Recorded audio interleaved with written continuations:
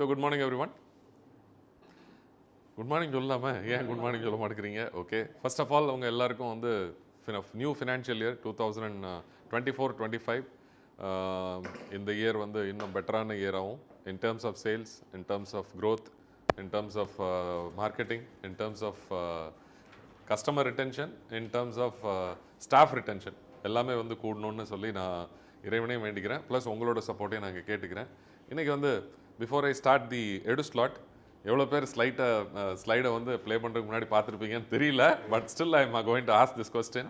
What is the number one question every one is asking about you as a leader or as a person? Or நீங்கள் வந்து ஒரு vendor, நீங்கள் வந்து ஒரு ஜாமானை விற்கிறீங்க அல்லது ஒரு சர்வீஸ் வந்து விற்கிறீங்க அப்படின்னு சொன்னால் ஒவ்வொருத்தரும் நம்மக்கிட்ட கேட்கக்கூடிய அல்லது அவங்க மனசில் தோணக்கூடிய முதல் கேள்வி என்ன?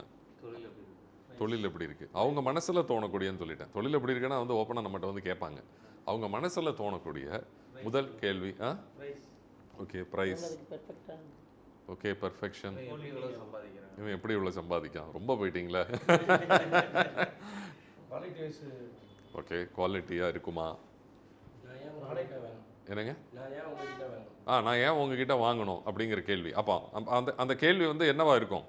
பேசிக்கா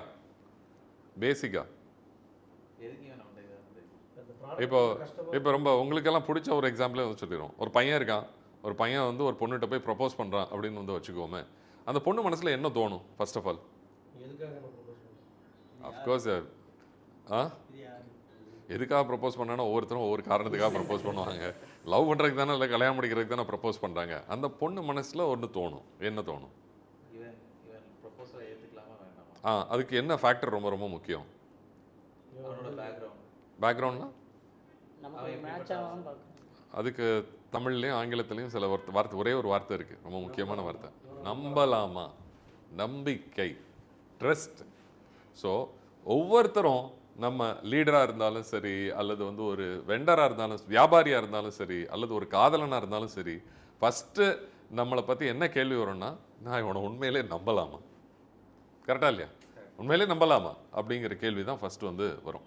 ஸோ நம்ம இப்போ இன்றைக்கி என்ன பண்ண பார்க்குறோம் அப்படின்னு சொன்னால், இந்த நம்பிக்கையை எப்படி உருவாக்குறது, எஸ்பெஷலி நீங்கள் எல்லோரும் லீடராக இருக்கீங்க, உங்களுக்கு கீழே வேலை பார்க்குறவங்களுடைய நம்பிக்கையை எப்படி பெறுறது? நம்பிக்கையை பெற்றுட்டீங்க அப்படின்னு வந்து சொன்னால் உங்களோட வேலை ஈஸியாகுமா? எப்படி? கண்டிப்பாக, ரைட். என் லீடர் என்ன சொன்னாலும் கரெக்டாக இருக்கும், அதனால் நான் அவரை நம்புகிறேன். ஸோ அதனால் என்ன வேலை வேணாலும் செய்வாங்க, உங்களோட வேலைகள் வந்து கம்மியாகிடும். சரி, அப்போது த ட்ரஸ்டட் லீடர் அப்படிங்கிற ஒரு புக்கில் ஆத்தர் வந்து இதை ஷேர் பண்ணார். ஸோ ஆத்தர் பேர் வந்து David ஹார்சேகர். 8 pillars that drive results. நம்ம 8 pillars of trust வந்து இன்றைக்கி வந்து பார்க்க போகிறோம். ஆங்கிலத்தில் பார்ப்போம், அதற்கான டிரான்ஸ்லேஷன் வந்து தமிழில் வந்து இருக்குது. நம்பர் 1 என்னென்னா, எல்லோரும் பார்க்குறது கிளாரிட்டினா வந்து என்னென்னா தெளிவு. நான் தமிழில் எழுதி வச்சுருக்கேன், திடீர்னு மறந்துடக்கூடாதுல்ல. ஸோ கிளாரிட்டினா தெளிவு. அடுத்த ஸ்லைடில் இன்னும் டீட்டெயிலாக வருது. ஸோ இது தலைப்பு மட்டும். அடுத்தது வந்து எக்ஸ்பெக்ட் பண்ணுறது என்னென்னா கம்பேஷன், விச் இஸ் கருணை அல்லது இரக்கம். ஒரு லீடர்கிட்ட மெயினாக இருக்க வேண்டிய இன்னொரு பில்லர் என்ன, அல்லது மக்கள் உங்ககிட்ட எதிர்பார்க்குற முக்கியமான விஷயம் என்ன? இரக்கம். இது நீங்கள் லீடர் ஆஃப் தி ஆர்கனைசேஷன் மட்டும் இல்லை, லீடர் ஆஃப் த ஃபேமிலி எதிர்பார்ப்பாங்களா மாட்டாங்களா? கண்டிப்பாக வந்து பார்ப்பாங்க. மூணாவது வந்து பார்த்தீங்க அப்படின்னு சொன்னால் கேரக்டர், விச் மீன்ஸ் உங்களுடைய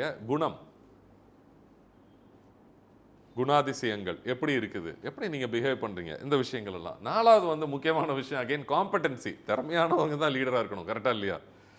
இந்த ஏதோ ஒரு சொல்லுவாங்க இல்லையா, துக்ளக் ராஜாவா, அந்த மாதிரி இருக்கக்கூடாது, அந்த மாதிரி ஆயிடக்கூடாது, ராஜா காது கழுத அப்படின்னு வந்து சொல்லுவாங்க, அந்த மாதிரி, ரைட். அதுக்கு அடுத்தது 5வது கமிட்மெண்ட்னா அர்ப்பணிப்பு உள்ளவராக இருக்கீங்களா அப்படின்னு அர்த்தம். ஒரு லீடர் வந்து தன்னைத்தானே அர்ப்பணிக்கணும். நோ மேட்டர் டைம், மணி, எனர்ஜி இதெல்லாம் தாண்டி கமிட்மெண்ட் பண்ணக்கூடியவராக இருக்கணும் தன்னோட டீமுக்கு. அதே மாதிரி தான் ஒரு ஃபேமிலி லீடரும், ஒரு அப்பாவாக இருக்கும் போது, ரைட். கனெக்ஷன், மக்களோட மக்களாக ஒன்றி இருக்கணும், கனெக்டடாக வந்து இருக்கணும். நிறைய ஃபேமிலியில் வந்து மேரேஜ் எதனால் பிரேக் ஆகுது, உடையுது அப்படின்னு வந்து சொன்னால், ஹஸ்பண்டு ஒய்ஃபுக்கு இடையில ரிலேஷன் கனெக்ஷனே வந்து இல்லை, செக்ஸை தவிர பாக்கி எதுவுமே வந்து இல்லை. ப்ளஸ் குழந்தைங்களோட எந்த கனெக்ஷனும் இல்லை. குழந்தைங்க எந்திக்கிறதுக்கு முன்னாடி இவன் வேலைக்கு வந்துடுறான், அல்லது குழந்தைங்க இவன் எந்திக்கிறதுக்கு முன்னாடி ஸ்கூலுக்கு போயிடுது, அதுக்கப்புறம் குழந்தைங்க தூங்கினதுக்கப்புறம் தான் இவன் வேலையை விட்டே வந்து வரான். ஸோ இந்த மாதிரியான ஒரு சுச்சுவேஷன் ஃபேமிலி லெவலில் இருக்குது. ஸோ அதே மாதிரி தான் வந்து நமக்கு கம்பெனி லெவல்லையும் என்ன மாதிரியான கனெக்ஷன் நம்மளால் நம்மளோட ஸ்டாஃப் கிட்ட வந்து உருவாக்க முடியும் அப்படிங்கிறத பார்க்கணும். 7வது கான்ட்ரிபியூஷன், அதாவது உங்களுடைய பங்களிப்பு என்ன, உங்களோட டீமுக்கு உங்களுடைய பங்களிப்பு என்ன. கடைசி வந்து ரொம்ப ரொம்ப முக்கியம், கன்சிஸ்டன்சி, விச் இஸ் நிலையான தன்மை உங்ககிட்ட இருக்கா. இன்னைக்கும் ஒரே பேச்சு பேசுறீங்களா, நேத்திக்கும் ஒரே பேச்சு பேசுனீங்களா, நாளைக்கும் ஒரே பேச்சு பேசுவீங்களா அப்படிங்கிறது தான். ஒரு தடுமாற்றம் இல்லாத ஒரு நிலையான லீடர் தான் எல்லாருமே வந்து விரும்புவாங்க. இப்போ இன் டீட்டெயில் வந்து பார்க்கலாம். Number 1 clarity. கிளாரிட்டினா என்ன? தெளிவு. விச் மீன்ஸ் நீங்க பேசுறதுல இருந்து நீங்க உங்களுடைய நடை உடை பாவனைன்னு சொல்லுவாங்கல்ல, எல்லாத்துலேயுமே வந்து நீங்க கிளியரா இருக்கீங்களா. ஃபார் எக்ஸாம்பிள் நம்ம வந்து ஒரு டார்கெட் வைக்கிறோம். இப்போ ஏப்ரல் 1 அருமையான டைம் இல்லையா, 2024-25க்கு ஒரு டார்கெட் வச்சுருக்கோம். இந்த டார்கெட்டை நீங்கள் தெளிவாக உங்களுடைய டீமுக்கு நீங்கள் எக்ஸ்பிளைன் பண்ணிட்டீங்களா, which is a major factor உங்களை நம்புறதுக்கு, ரைட். அதே மாதிரி நம்ம ஒரு விஷயத்தை வந்து புதுசாக கடைப்பிடிக்க போகிறோம், அதை இருக்கிறதுலையே ரொம்ப அண்டர்ஸ்டாண்டிங் கெப்பாசிட்டியில் கம்மியாக உள்ள ஆளுக்கு கூட போய் சேர்ற மாதிரியான வார்த்தைகளில் கரெக்டாக நீங்கள் எடுத்துரைச்சிடுறீங்களா. அப்போ கிளாரிட்டி ரொம்ப ரொம்ப முக்கியம். பீப்புள் வந்து மிஸ்ட்ரஸ் த அம்பிகுவஸ் அப்படின்னு வந்து சொன்னால் மாயை அப்படின்னு வந்து அர்த்தம். நம்ம ஒரு மாயையை வளர்க்காம தெளிவான ஒரு சூழ்நிலையை நம்மளுடைய வேலை வட்டாரத்தில் உருவாக்கணும் அப்படின்னு சொன்னால் நம்ம மேலே நம்பிக்கை வந்து ஏற்படும், which is the first pillar of trust. Second pillar of trust என்னென்னா கருணை அல்லது இரக்கம் அப்படின்னு வந்து சொல்லலாம். இதுக்கு ஒரு அருமையான ஒரு ஆங்கில சென்டென்ஸ் இருக்கு, அதை ஆங்கிலத்தில் சொல்லிட்டு அதுக்கப்புறம் தமிழில் வந்து சொல்கிறேன். People don't care how much you know until they know how much you care. Which means நீங்க people don't care how much you know. உங்களுக்கு எவ்வளவு தெரியணுங்கிறதுக்கு அவங்களுக்கு அக்கறையே இல்லை. உங்களுக்கு எவ்வளவு தெரியுங்கிறத பற்றி அவங்களுக்கு அக்கறையே இல்லை. எது வரைக்கும் அப்படின்னு வந்து சொன்னால், நீங்கள் எவ்வளோ அக்கறை அவங்க மேலே வச்சிருக்கீங்கிறது அவங்களுக்கு தெரியற வர. அப்போ நம்ம ஒரு அக்கறையோட, ஒரு இரக்கத்தோட, ஒரு ஒரு ஒரு ஒரு ஒரு ஒரு அன்போட எல்லாருக்கிட்டையும் வந்து இருக்கணும் ஒரு லீடர் அப்படிங்கிறது. இதுதான் வந்து எம்பத்தட்டிக் லீடர்ஷிப் அப்படின்னு வந்து சொல்லுவாங்க. அத்தாரிட்டேரியன் அப்படின்னு வந்து சொல்லுவாங்க, கமாண்ட் கண்ட்ரோல். அந்த மாதிரியான லீடர்ஷிப் இன்னைக்கு இருக்கக்கூடிய காலத்தில் ஒர்க் அவுட் ஆகாது. ஏன்னா எல்லாருக்குமே ஈகோ கண்டிப்பாக வந்து இருக்கு. எல்லாருக்குமே ஈகோ கண்டிப்பாக இருக்கு. 27 வருஷத்துக்கு முன்னாடி நான் என்னுடைய லீடர்ஸை வந்து டீல் பண்ணது வேற, இன்னைக்கு என்னுடைய லீடர்ஸை நான் டீல் பண்ணுற விதம் வந்து வேற. ஸோ அதே மாதிரி தான் வந்து நம்மளும், நீங்கள் வந்து உங்களுக்கு கீழே இருக்கக்கூடிய ஸ்டாஃபை, ஃபார் எக்ஸாம்பிள் இப்போ ஜோதி இருக்காரு இல்லை சிந்தாபா இருக்காங்க அப்படின்னு சொன்னால், நீங்கள் அந்த நேரத்தில் உங்களோட ஸ்டாஃப் எப்படி வந்து நீங்கள் வந்து கையாண்டீங்க 27-30 வருஷத்துக்கு முன்னாடி, இன்னைக்கு எப்படி கையாளுறீங்க. ஸோ இன்றைக்கி நம்ம ஒரு கம்பேஷனேட் லீடர், ஒரு எம்பத்தட்டிக் லீடர் தான் வந்து தேவைப்படுது. ஸோ அதனால் people put faith in those who care beyond them self. அதுதான் வந்து இதில் ஆங்கிலத்தில் இருக்குது. 3வது வந்து கேரக்டர், அதாவது லீடர்ஸ் ஆல்வேஸ் வாக் த டாக்னு வந்து சொல்லுவாங்க.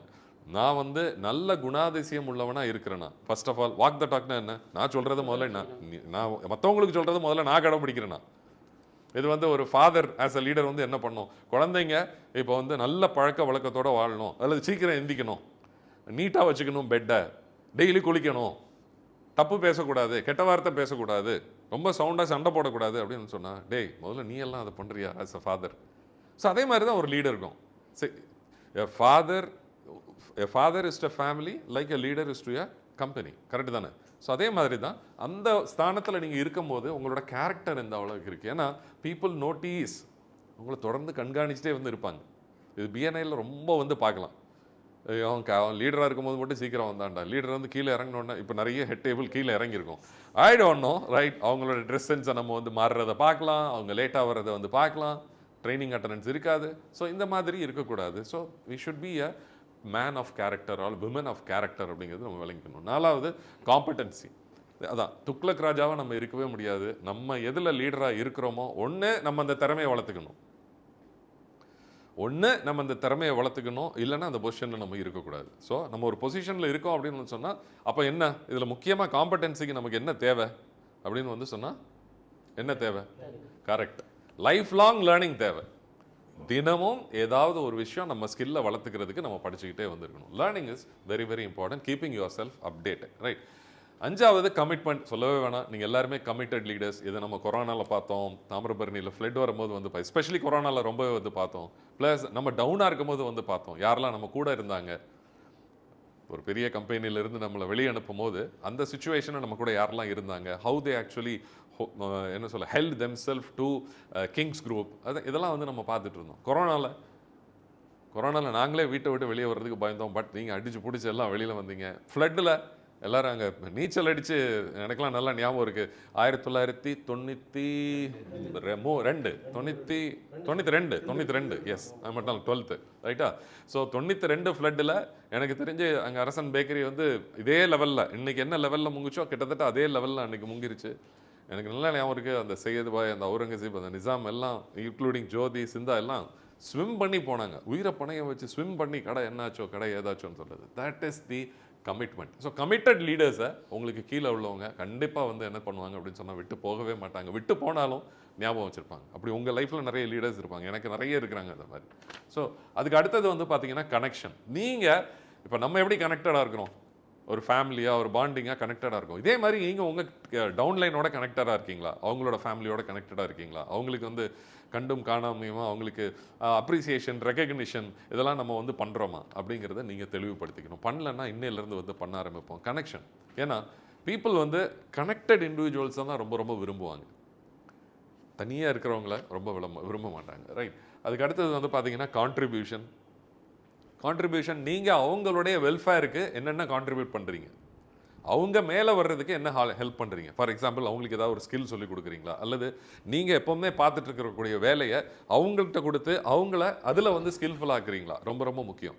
ஒரு ரீசெண்டாக ஒரு ஆர்டிக்கலில் வந்து வாசிக்கும் போது எதற்கு ஒரு லீடருக்கு வந்து கீழே நிறைய ஆட்களை நீங்கள் வேலைக்கு வச்சுக்கணும் அப்படின்னு வந்து சொன்னால், இப்போ அவங்களோட வேலையை நம்ம பண்ணுறோம். இப்போ உதாரணத்துக்கு கேஷில் வந்து நம்ம வந்து நிறைய டைமில் வந்து நிற்க வேண்டிய சூழ்நிலை ஏற்படுது. பிகாஸ் நம்மக்கிட்ட வந்து ஆள் ஷார்ட்டேஜ் இருக்குது, மேன் பவர் ஷார்ட்டேஜ் இருக்குது. ஒரே ஒரு கேள்வி அவன் கேட்டான், சப்புன்னு அரைஞ்ச மாதிரி இருந்துச்சு எனக்கு. என்னென்னா, ஓகே கேஷியர் புதுசாக வந்து போட்டு நீங்கள் அந்த சேலரியை உங்கள் சேலரியை அந்த கேஷியருக்கு கொடுப்பீங்களா? Yes or no? அப்போ நம்ம அந்த வேலையை பார்க்கக்கூடாதுல்ல. ஸோ அதுதான் வந்து அவர் சொன்னது என்னென்னா கான்ட்ரிபியூஷன். அப்போ நம்ம அடுத்த லெவலுக்கு ஆட்களை வந்து உருவாக்கணும். ஸோ இது something related with HR. But contribution எதுக்கு சொல்கிறேன்னா, people immediately respond to results. நம்ம அவங்களுக்கு என்ன மாதிரியான ரிசல்ட்ஸை ப்ரொடியூஸ் பண்ணி கொடுக்குறோம், அல்லது என்ன மாதிரியான ரிசல்ட்ஸை அவங்கள ப்ரொடியூஸ் பண்ண வைக்கிறோம் அப்படிங்கிறது 7வது பில்லர். கடைசி பில்லர் நான் ஏற்கனவே சொன்ன மாதிரி தினம் டாக்டர் ஐவன் மைஸ்லர் வந்து சொல்லுவார். என்ன சொல்லுவார் அப்படின்னு வந்து சொன்னால், இந்த என்ன நிலையான தன்மையில் வந்து என்ன சொல்லுவார்னா, டோன்ட் டூ 1000 திங்ஸ். 1000 விஷயம் பண்ணாதப்பா, do one thing 1000 times. பெரிய பெரிய பிளேயர்ஸ், ஃபார் எக்ஸாம்பிள் மொசாட் மாதிரி பெரிய பெரிய ஆர்டிஸ்ட்டு, அல்லது பீத்தோவன் மாதிரி பெரிய பெரிய பியானிஸ்ட்டு, அல்லது வந்து மைக்கேல் ஜோர்டன் மாதிரி வந்து பெரிய பெரிய பேஸ்கெட் பால் பிளேயர், அல்லது இன்னைக்கு விராட் கோலி, நேத்திக்கு தோனி, முந்தா நாள் வந்து சச்சின் டெண்டுல்கர், இவங்களால எப்படி இவ்வளோ பெரிய ஒரு மாஸ்டர் பீஸாக வந்து ஆக முடிஞ்சிச்சு அப்படின்னு வந்து சொன்னால், ஒரே ஸ்டைலை திரும்ப 1000 வாட்டி ப்ராக்டிஸ் வந்து பண்ணியிருப்பாங்க. ஸோ அப்போ ஏன் இறைவனுக்கு கூட நம்ம வந்து திருமறையில் வந்து பார்க்குறோம் இல்லையா, சின்ன விஷயம் கன்சிஸ்டான விஷயம் தான் வந்து இறைவனுக்கு வந்து ரொம்ப பிடிக்கும். நீ வந்து ஒட்டுக்க 10,000 ரூபாயை வந்து ஒரே நாளில் வந்து ஒருத்தருக்கு வந்து கொடுக்கறத விட வருஷம் ஃபுல்லாக வந்து டெய்லி 100 ரூபா வந்து யாருக்காவது கொடுத்து ஹெல்ப் பண்ணுறியா அப்படின்னு சொன்னால் நிலையான வந்து ஒரு தர்மம் இல்லையா. ஸோ அதே மாதிரி தான் people love to see the little things ton consistency. சின்ன விஷயமா இருந்தாலும் அதை நம்ம கன்சிஸ்டண்ட்டாக வந்து பண்ணணும். ஃபார் எக்ஸாம்பிள் நம்ம ஒரு மறந்து போன விஷயம் என்ன அப்படின்னு வந்து சொன்னால், நீங்கள் நல்லா பண்ணிட்டு இருந்தீங்க பட் ஸ்டில் வந்து மறந்துட்டது என்னன்னு சொன்னால் வீக்லி ரெகக்னிஷன். இப்போ நிறைய பேர் நம்ம அதில் வீக்லி ரெகக்னிஷனில் லேகிங் ஆகிறோம், வீக்லி ரெகக்னிஷன் பண்ணல. பட் அஃப்கோர்ஸ் சம்வாட் நான் அதை ஃபாலோ பண்ணணும்னு நினைக்கிறேன். இப்போ கடந்த 2 வாரமாக நான் வந்து பண்ணிட்டு இருக்கிறேன். But anyway right, but still பிஎன்ஐயில் நாங்கள் ரெகுலராக வந்து பண்ணுறோம். பட் நம்மளோட லீடர்ஷிப் டீம்லேயும் உங்களுக்கு கீழே இருக்கிறவங்களை யாராவது ஒருத்தரை நீங்கள் ஐடென்டிஃபை கண்டிப்பாக வந்து பண்ணுங்கள். அதில் கன்சிஸ்டண்ட்டாக இருங்க.